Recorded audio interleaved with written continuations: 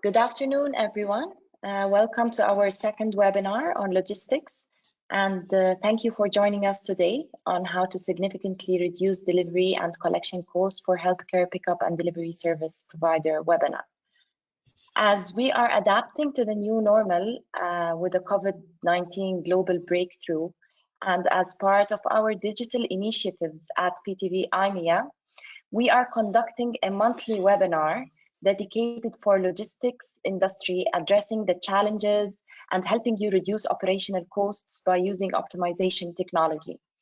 We are advertising the list of upcoming webinars on our website, www.ptvgroup.com, and on our company's LinkedIn page, PTV Group IMEA.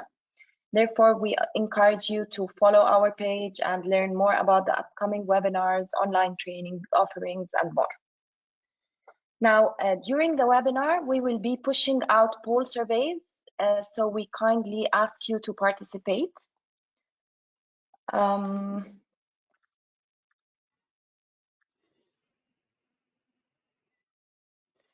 me to introduce your PTV team for this webinar. The presenter will be our South African Managing Director, Mr. Charel. We also have Mr. Arminder, Head of Logistics Sales Development, UAE, who will join us in the panel, and myself, your moderator, Majd Al-Jayousi.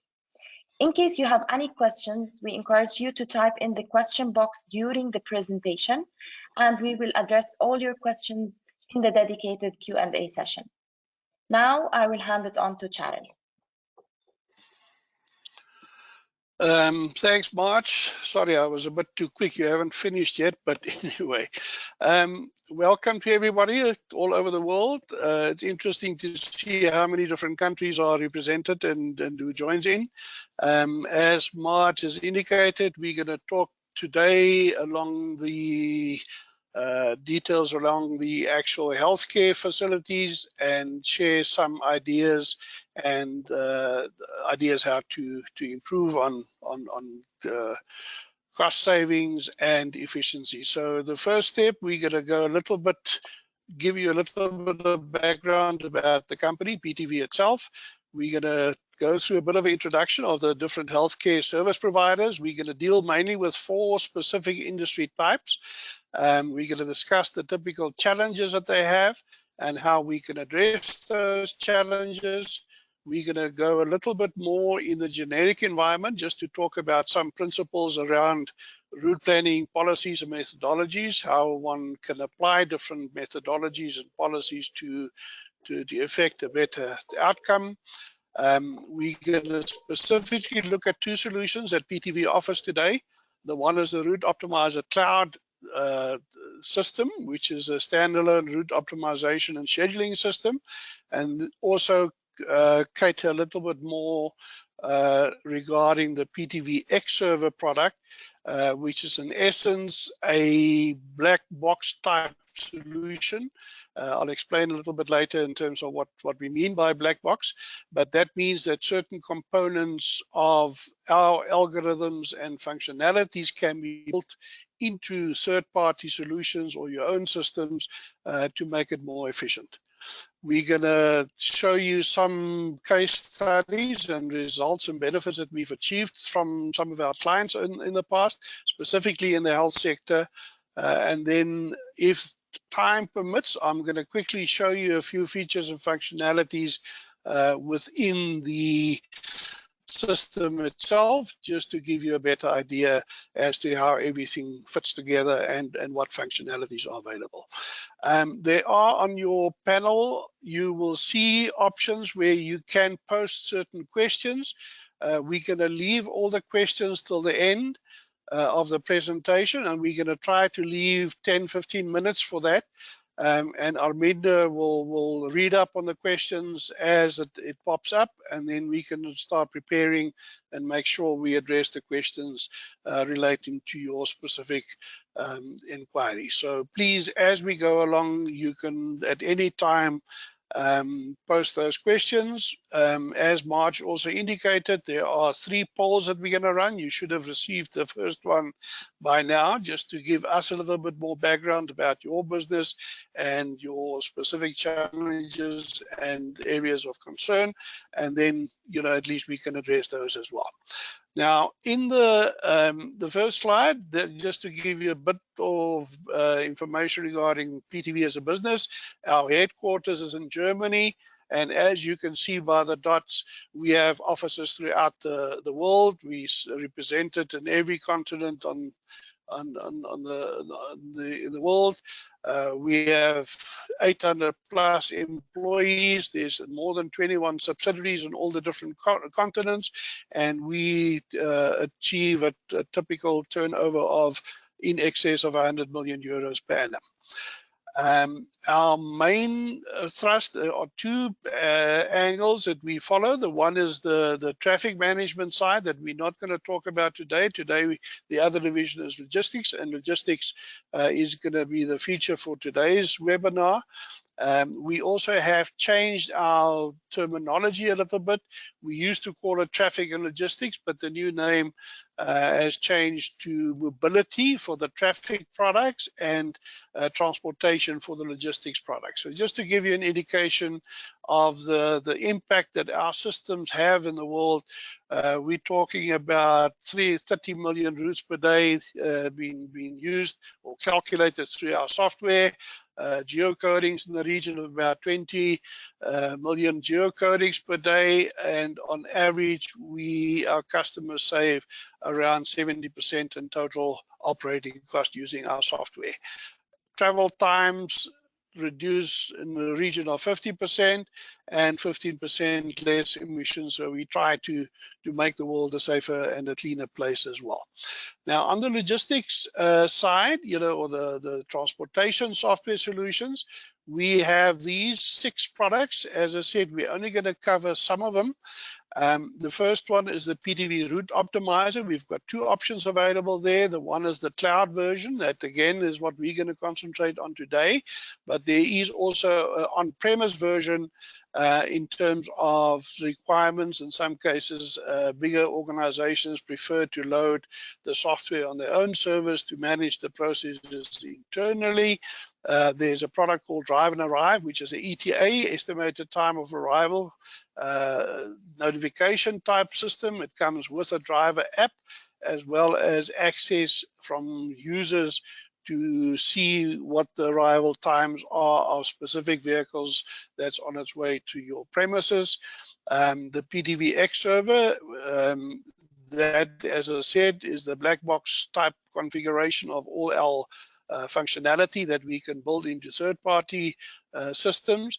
There's a PTV Navigator, which especially in the trucking environment in Europe, where the vehicle or the navigator will is specifically designed for heavier vehicles, trucks and so on, and it will assist with the navigation to avoid narrow roads and low bridges and that type of thing. So it is a truck navigator, which is very different to what we normally find in Waze and Google Maps, where those navigators only really deal with sedan or motor vehicles. Map and Market is a strategic system mainly used for mobile workforce, and Map and Guide, again similar to the navigator, gives you a functionality to navigate your way around, especially for bigger trucks. Okay, if we talk about the healthcare service providers, we group them into 4 main categories for the purpose of this exercise. We're firstly going to talk a bit about the primary pharmaceutical distribution, and there I'm going to talk through the private industry as well as governmental entities. We're going to talk specifically around the medical waste side, which is quite a complex and intricate operation. The pathology side, which is typically the blood sample collection from hospitals and doctors, and then also the blood transfusion services, or commonly people talk about blood banks, and that deals with the donations of blood, the collections, the testing, the storage, and the whole process around that. Now, in all these environments, we have operations that does deliveries only. There are pickups only. There's a combination of delivery and pickups. There are mixed transport, secondary as well as primary distribution. There is, in most cases, multiple restrictions that we have to deal with in these type environments, multi-purpose vehicles, different configurations of product types, sizes, and so on. Multi-depot environments, many operations got a multitude of depots. A lot of cases, customers has a central control room or central logistics function where planning and optimization is done on behalf of different depots from a centralized point. On the other side, obviously, people can decentralize the whole operation and let each depot handle its own environment. And then obviously the system is available either through on-premise, multi-user network client server type configurations, or in terms of the web version, you have you only need the actual internet connectivity to access the software itself. So we're going to briefly discuss just each one of those role players, and specifically relating to some of the challenges that they experience. The first thing is competition. You know, the pharmaceutical distribution environment is extremely competitive. You know, we sit in many cases with high value goods, in many cases desirable items that quite frequently from a security and a safety point of view, one needs to be quite careful in terms of that environment.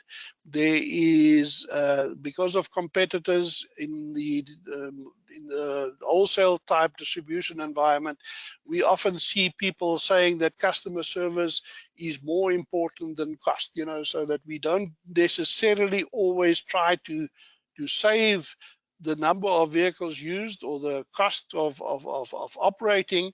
The emphasis is more on customer service levels to be outsmarting the opposition rather than trying to save one or two vehicles in the process. So it's fairly unique in the pharmaceutical environments, and we see quite often that pharmacies and drugstores, as the Americans call them, are quite spoiled for choice, because some distributors would deliver 2 to 3 times a day to a pharmacy, because in many cases, you know, pharmacies are trying to reduce their stock levels as well.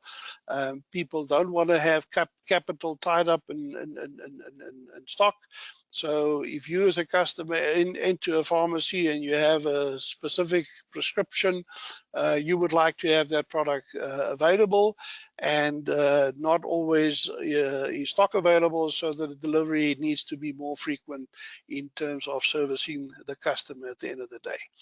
In the governmental environment, especially in the rural areas, you know, we see that in Africa all the time, where there are no proper street names and numbers and so on. So the geocoding of those locations is critical for us to be able to navigate to do the deliveries in those areas. And in many cases, you know, when you have rainy seasons, accessibility with roads, all those sort of elements are extremely challenging when it comes to the environment, you know, in dealing in more rural environments.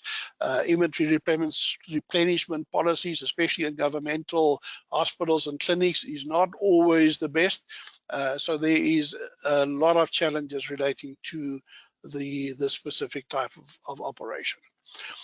The next one is the medical waste industry.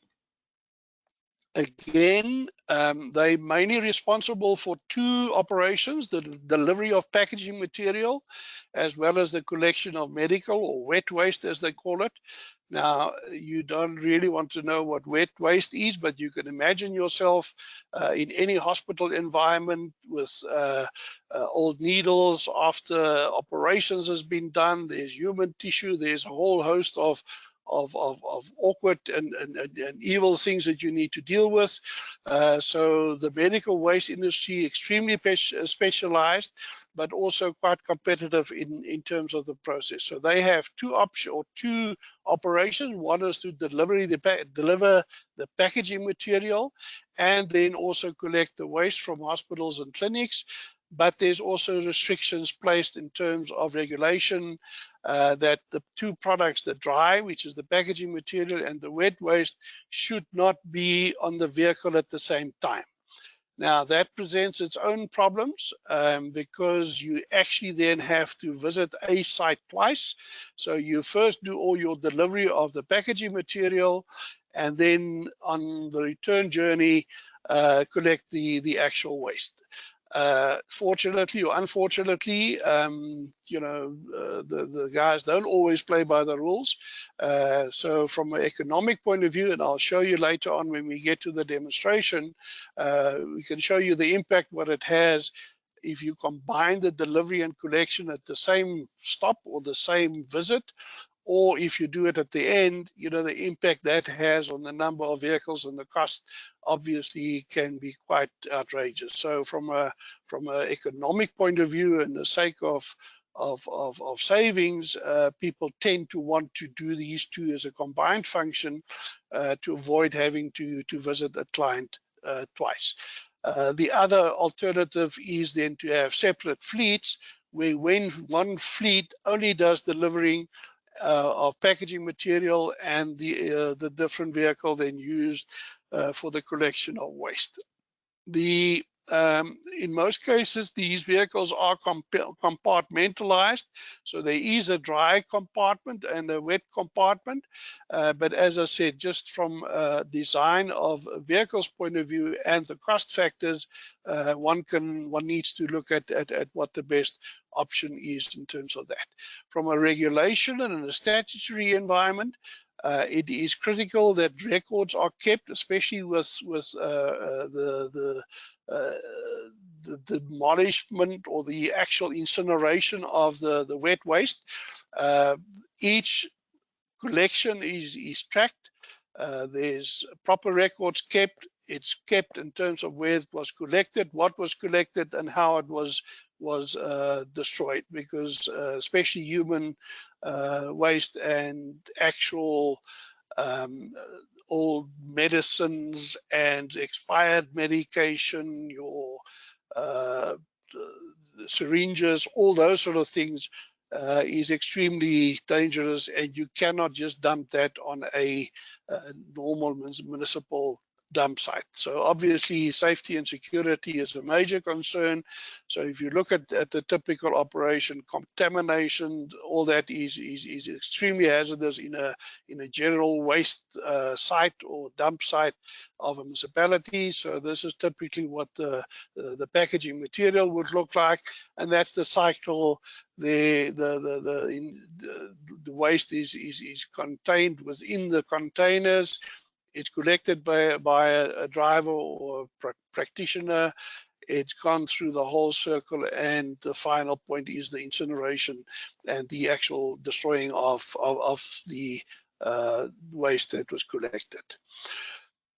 Next one is the pathology industry, blood sample collections and delivery. Now, this is typically done by pathology labs. These labs, and normally they use smaller vehicles, motorbikes, bicycles in some cases, smaller vans, and they have a process where they collect blood samples from doctors, private doctors, public doctors, hospitals, clinics, wherever it is necessary, where blood samples are taken for analysis. These samples are collected from doctors, but it is the results are being delivered afterwards, and unfortunately they don't work extremely electronically, so the results is delivered in the form of a report, a paper report, which requires a delivery to be done on site as well. Now, one of the biggest problems is the empty leg travel. You know, unfortunately, a lot of the doctors aren't too disciplined about the process. And again, you can imagine yourself going to a doctor and specific tests are conducted. They draw blood, and then the blood is kept at the counter in front. And these pathology labs have a fixed route process where they visit each doctor. The driver comes in. If there's a sample, they will collect it and take it to the lab. If not, they just go and maybe 2-3 hours later, they go on the same round again. We've done some estimates, and indications are that there are probably only 30% of those visits are productive visits. Now, the productive visit means that there is a sample to collect. Now, we're looking at the moment at some technologies that could actually trigger and indicate that there is a sample available. Now, we expect the secretary or the receptionist of the doctor to let these pathology labs know that there's samples to be collected, but due to other priorities and just the number of activities that they're busy with, it just doesn't happen. So we are looking into ways of creating some sort of a trigger, electronic trigger, to let the lab know that there is something in the basket, and use that then as a trigger to activate a collection or delivery. Now, there's obviously different levels of services.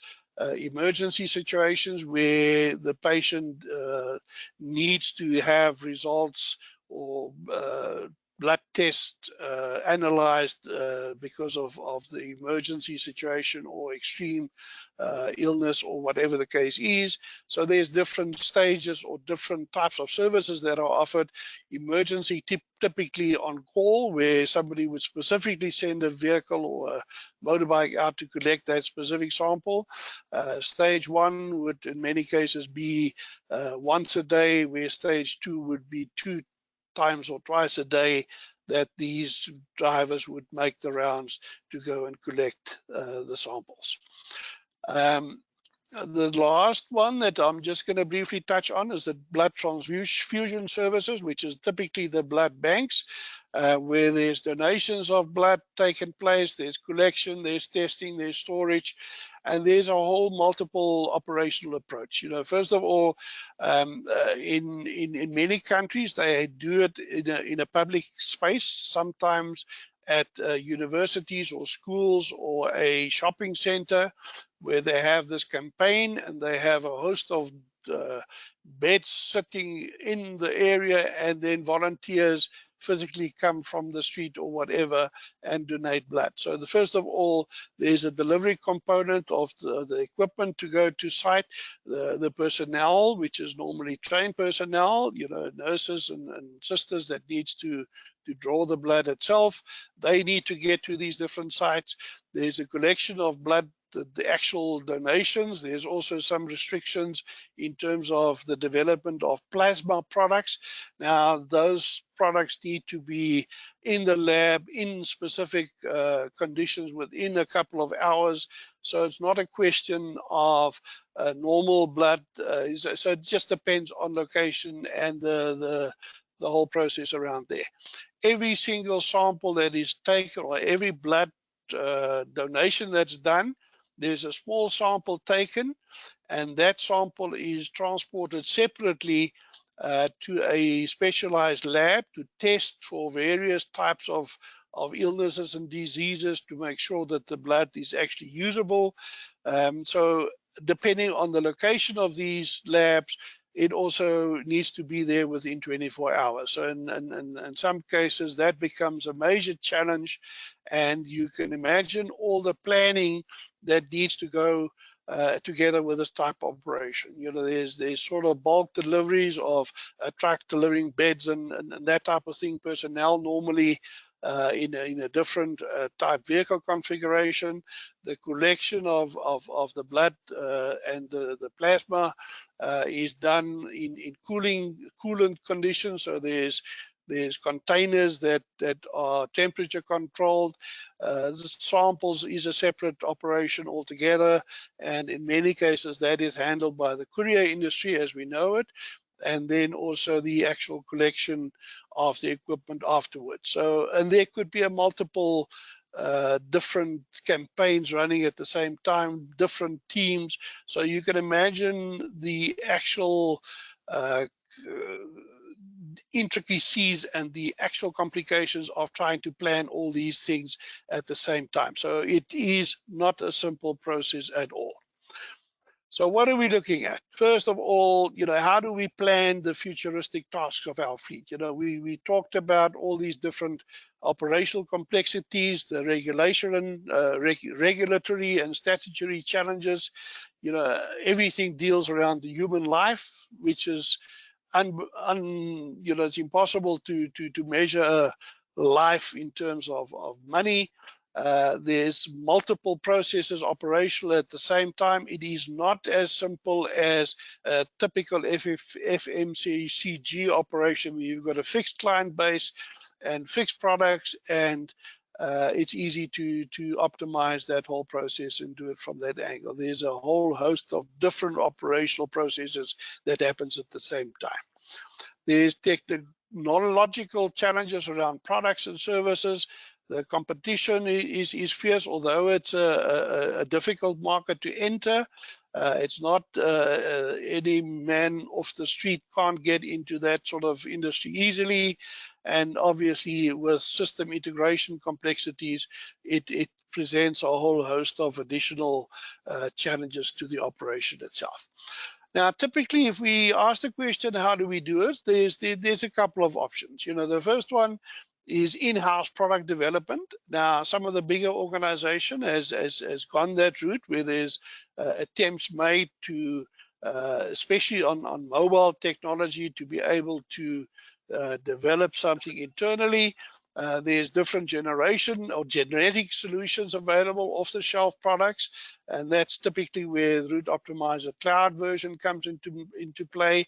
And then also obviously a combination of the two, where certain specialist functions like the algorithms to optimize route planning and scheduling with map interfaces is extremely specialized, and it's not easy for a in-house development team to develop those sort of products for a specific project.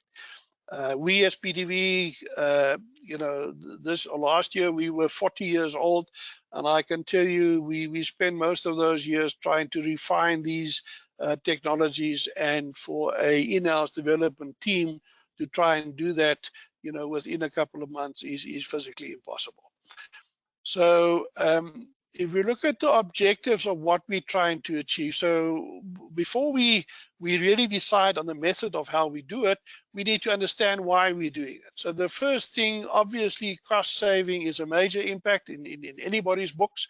The whole world at the moment is going through potential recessionary periods because of COVID-19. But it's been a challenge all along. So it is of the utmost importance to save money as far as we can. And one of the first elements is the reduction of kilometers. So the fewer kilometers you travel, the lower your operating cost. Same with the number of vehicles. We want to reduce the number of vehicles that we use, try and do more with less, try to reduce the fleet, but still have the similar production output, or doing more with even less vehicles. We look quite often at our time constraints, where we have daily overtime paid to drivers and assistants and so on. We have to improve customer service. With the competitive industry that we're dealing with, customer service is critical to stay ahead of your competitors. The optimized fleet size and configuration. Are we using the right type vehicles for that specific operation? How do we test? How do we evaluate different alternatives to see what is the better alternative for that specific type business or operation. Optimize depot locations. Do we need 10 depots? Can we do with 5? What is the impact if we reduce our depots? What is the impact on cost, vehicles, planning, all those elements as well? And obviously the main driver is to increase productivity, and that is just to be able to do more with less. Now, one of the first things that we look at is the different policies. Now, remember what I said, if we try to reduce our kilometers traveled, we need to plan better and we need to plan properly. So there are different policies where quite a popular one is that we go to the furthest delivery first and then work yourself back. The next one is the nearest delivery first. So you offload the vehicle and it becomes lighter. Now, in this specific industry, it's not that critical, but in many cases, we leave it up to the driver to decide, and then obviously the system optimized one. So if we look at if we apply the policy of furthest delivery first, if you see this is where the depot is.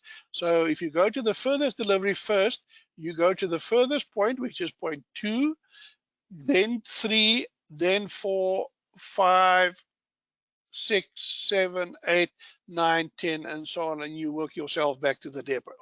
So we've done this exercise. We've plotted 16 delivery points and tested each one of these policies against that, just to see what the impact on cost and time and all those elements are. So we've done it this way, and we plotted it and collected the stats.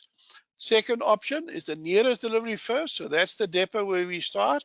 So we go to 2, 3, 4, 5, 6, 7, 8, 9, 10, 11, 12, 13, 14, 15, 16, 17, and then all the way back to the depot again. Now, there again, we've got the stats together, and we'll share that with you just now. The third option, we said to the driver, these are the 16 points you need to visit. How would you do that? So again, starting at the depot, 2, 3, 4, you went to 5, 6, 7, 8, 9, 10, 11, 12, 13, 14, 15, 16, and on the way back to the depot, 17, and end up at the depot. And again, we've put the stats together. The last option was through the system itself. So we applied the same configuration of customers, everything the same way, and the system then calculated the routes.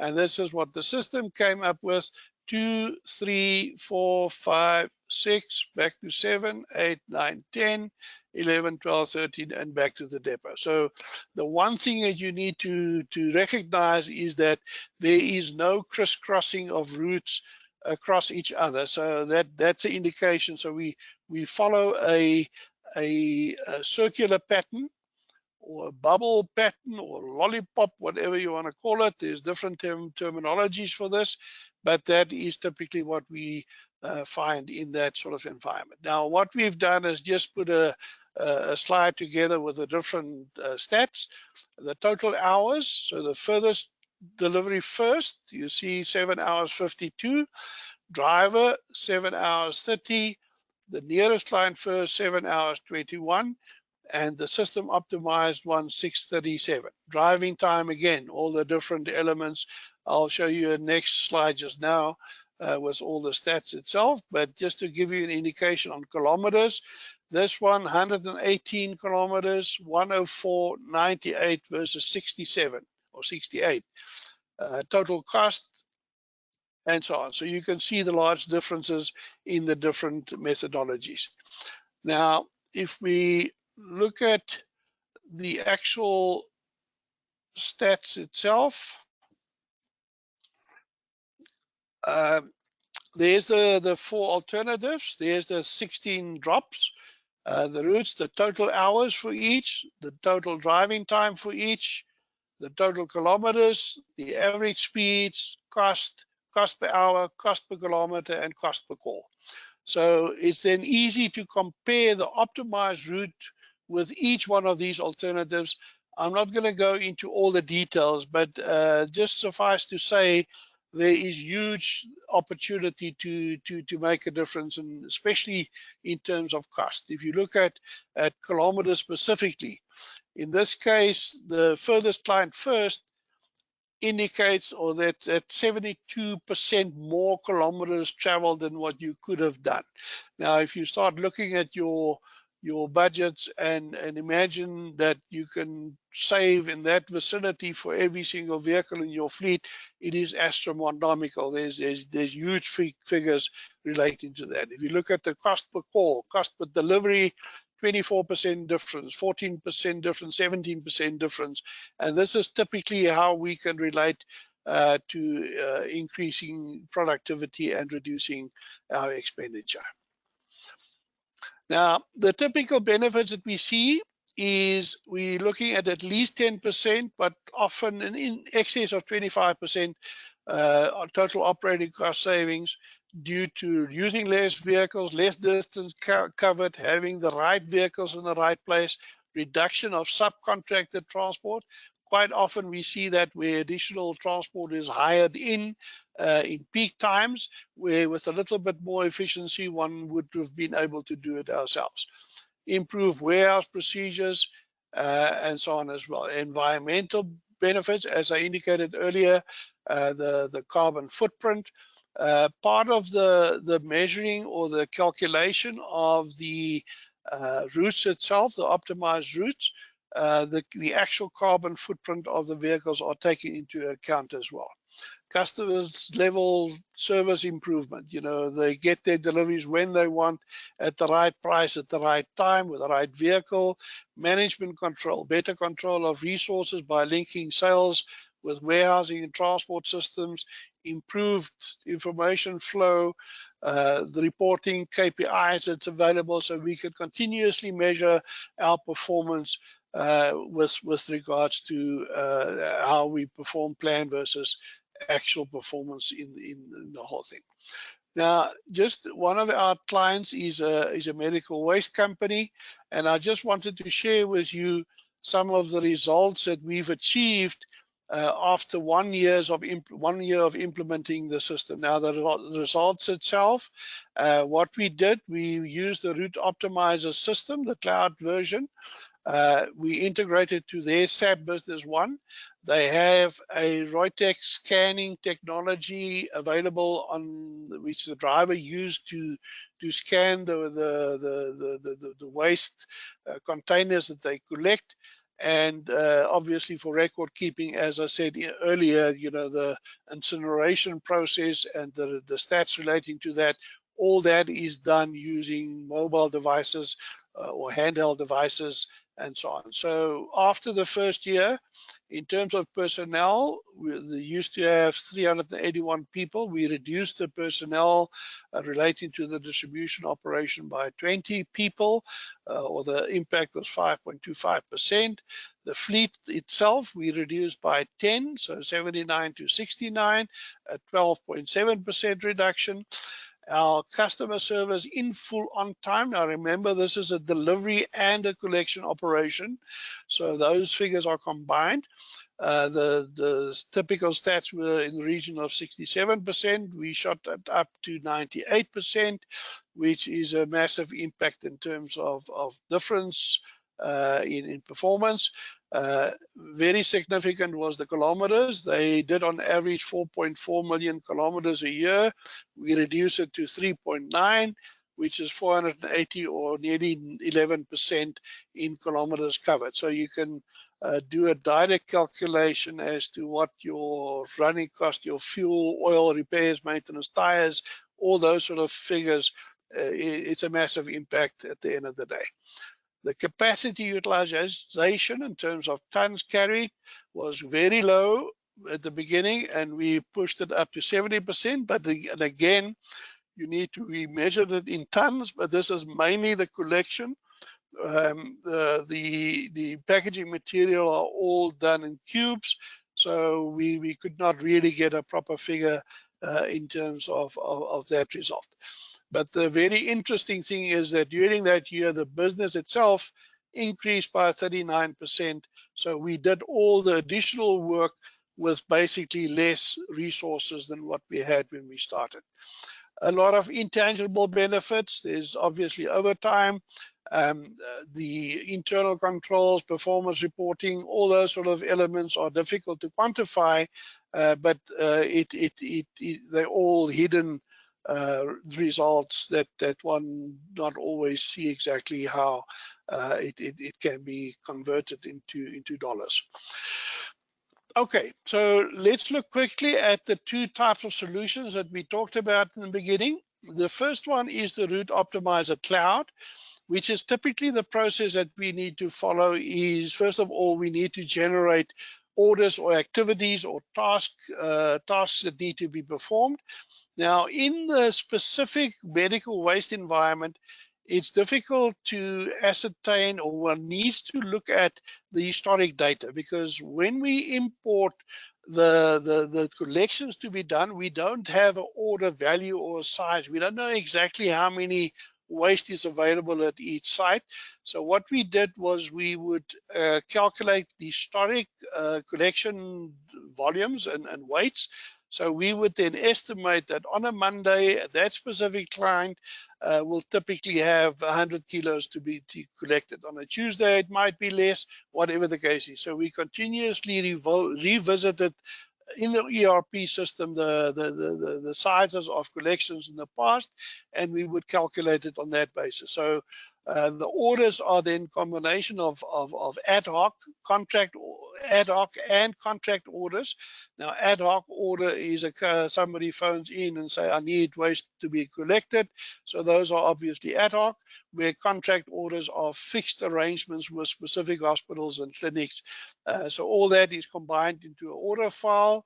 We import that into the system, and then we calculate the routes based on the most efficient distances, the capacity of the vehicle, as well as all the time constraints. So once those orders are, or the routes are calculated, we inform the warehouse so that we can collect the right quantities of raw material that needs to be delivered. We also pass the transactions onto the handheld device or the scanning device, and then also into the execution management side. So at the end of the day, once we completed the process, we would want to have all the reporting and everything in place so that we could compare our plan versus actual performance with the right KPIs and reporting relating to driver performance and the analysis. Now, just quickly, in terms of the system itself, there are various options, and as I said, if we have time, we'll go into the system very quickly, but there are two ways of doing it. You can build manual routes where you take the orders that are in the system, and you can physically, from a map, plot specific visiting call points and build a route manually. Or we follow the automated process where the order file for the day is imported, and the system will then, based on the availability of vehicles, generate the routes that is most economical for that specific operation. That is the standalone, the route optimization system itself.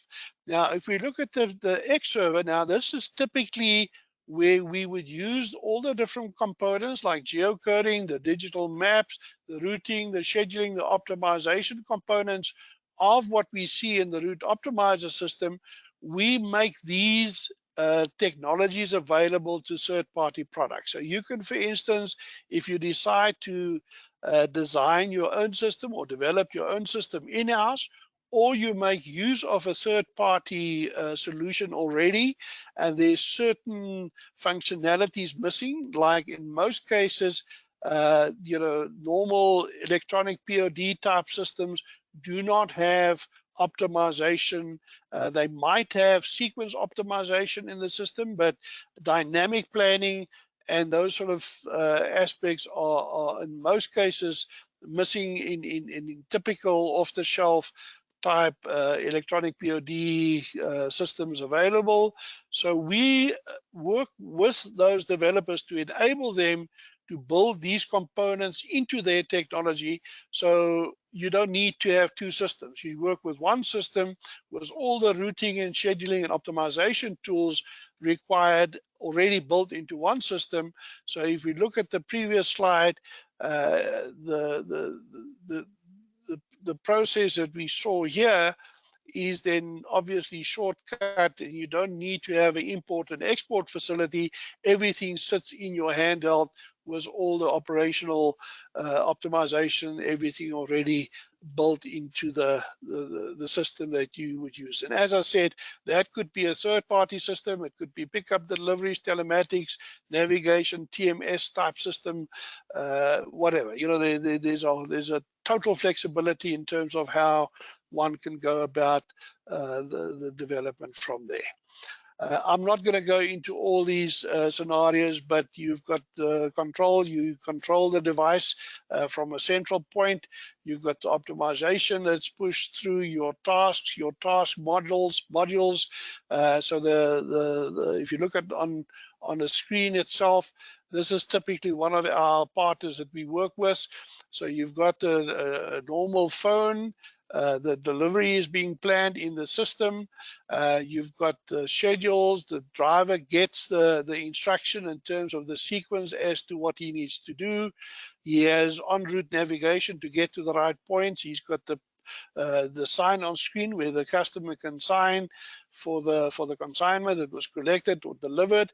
He can take pictures if he needs to in cases where services could not be performed, and whatever else. So you've got a full tracking process at the back of the, you know, in the office environment, so you can see exactly what's happening out there. So the plan is done in the system. It's pushed through to the driver. He receives it on his mobile device. He sees the sequence of how the deliveries that he needs to do, or the collections. He has the quantities that he needs to collect. All those is then on the device itself, and he can get the customer to sign and to take pictures if necessary. These transactions are then directly loaded up back into the environment or the ERP environment for invoicing purposes or whatever the case is. So it all depends on what the needs are of a specific client with regards to the operation itself. And this is just quickly on the drive and arrive option, where you also have a planning board or arrivals board where clients can see, that which vehicles are on its way and what time they will arrive, whether they're early or late, details of the vehicles. But I'm not going to go into a lot of detail there now. I need to say that we might be running a little bit out of time now. So if I'm just going to quickly try and go into the system,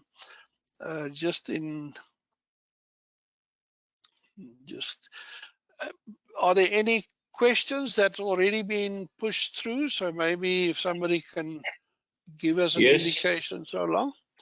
Let me just log in here quickly. Okay. So we have a question from Mr. Alper Kersi that whether the system has the capability of having factoring the maximum amount of time for a sample which is collected to stay in the vehicle during its delivery to the hospital. Yeah, we call it, there is a component in terms of we call it shelf life. So you can indicate the time duration that the vehicle is allowed to be on the vehicle itself. Yeah, so that's certainly a possibility. And if we look at one of the orders that's in the system here, I'll just go quickly to restrictions. Products. I need to find it quickly, but there's a shelf life component. Sorry, I can't find it quick enough, but there's definitely there shelf life. So here you can indicate how long is that vehicle, that order supposed to be on that vehicle, and it should not be extending that time period. Yeah.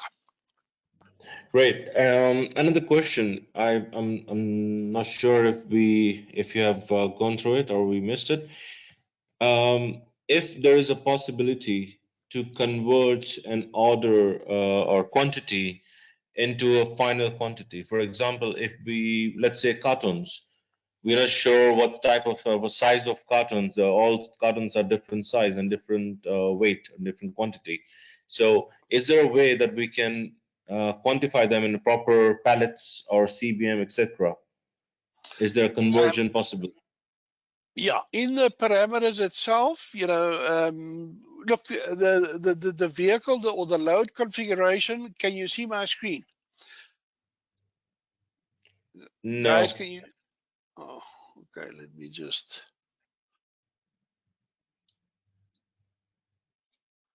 And now, Yeah. okay. So in the loading capacity, we can measure in two levels. So we've got pallets and boxes and crates and so on. But once the order is pulled into the system, we can also adjust the orders itself in terms of the sizes. But if, like in the waste collection side, we've got an estimate of more or less what sort of products we're going to collect or the volumes, but we can adjust it here before we do the planning. Or alternatively, if we use a execution management tool, you are then able to get the final count of what was delivered or collected. Obviously that is either weighed, and in many cases vehicles have own mobile scales where they can actually then calculate what the weight was, and that is then transferred back into the ERP system for invoice purposes. I hope I answered that question. You must tell me if I didn't. Great. Thanks. Any other questions? I think that's all we have for now. Okay, let me just quickly show something here on the, so you can see my screen here. Now, if we look at the parameters that we set up, there's loading parameters, products, vehicles, drivers, everything. I'm not going to go into all the details, but you've got different vehicle types with each with its own capacity and time cost or running cost per kilometer per day, all those sort of elements. And we import the order files. So once the orders are imported, you've got all these orders in the system which you can still go and edit and change to if necessary. So once you're happy with all the orders, I just want to we can optimize, and that's the planning process. So interesting when it comes to especially medical waste. We've got an option here where we can tick the box and say we collect at the end of the run, or if we untick the box, it'll obviously do the collection and the delivery at the same time. Now, if we say we collect at the end, so let's just run that scenario. There's 198 orders in the system. So the system will now quickly calculate all those routes. And I just want to show you quickly what the impact is of that calculation. Now you can see it took us the best part of 2 seconds to calculate, and it ended up with 26 routes. So you can see there's the 26 routes, each route, and I'm just going to go into one of these routes just to show you. So this is where we said we'll collect at the end. So this is not maybe a very good example. So yeah, so you can see here it went to the hospital, collect and come back. And there it went to 3 deliveries of packaging material and then collect at the end. So it reverses the process on the next route itself. So if we look at the number of the impact of that, you'll see there that we have 26 routes, and we look at the total, just to give you quickly an indication, you can remember these figures. The total routes for the day was 3,300 kilometers, and the cost was 0.23 per kilogram. Now I'm just going to do the same, but this time I'm going to allow the system to do the collection and delivery at the same time. So let's look at the impact of that on the routes. So again, took us about 5 seconds to do that. Now, all of a sudden, you see we've got only 17 routes. So we reduced the number of routes from 26 to 17. And if you look at the route, this is the difference now. So at the same site, the red is the collections. So it delivers and collect. Delivers and collect. There was a couple of deliveries, one collection. So you can see the impact it has on the operational side of the coin. If you look at the costs, if you look at the total there, we remember we had 3,300 kilometers. In this case, it only did 1,800 kilometers. Same fleet, same customers, everything exactly the same. The cost per kilogram was 0.23. In this case, it's 0.17. So from that angle, you obviously are able to ascertain that there's a huge difference if we stick to the process as it should be when it comes to government regulations and so on, with not having the dry and wet products on the vehicle at the same time. So there's a huge economic impact in terms of cost if we look at the different scenarios. Any further questions?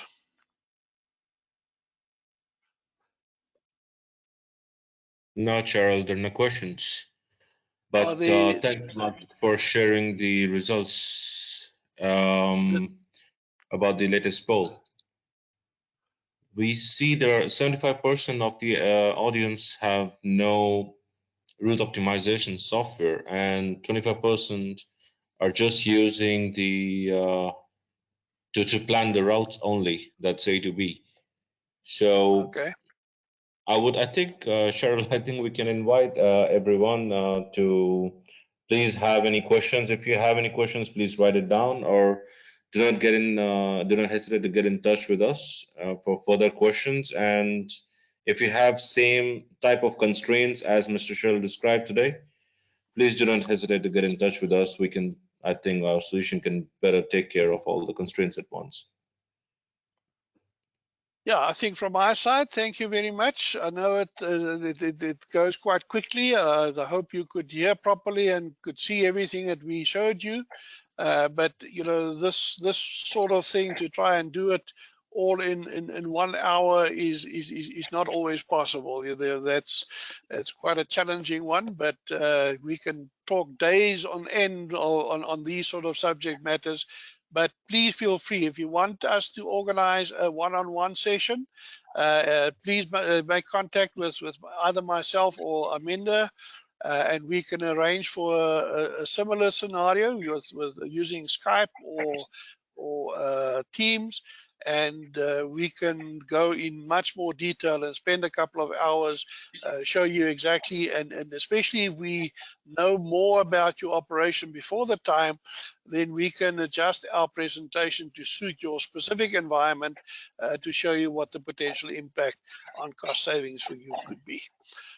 So yeah, from my side, thank you very much again for your attendance.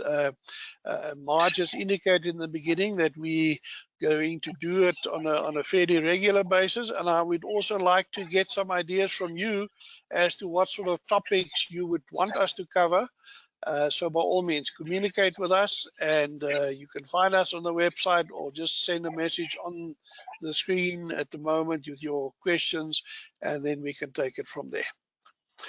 Okay, if there's nothing else, I think, Marge, are you going to close off, or how do we do it from here? Thank you, Cheryl. Thank you, everyone, for joining us today, and hope to see you soon in our next webinars and events online. Thank you.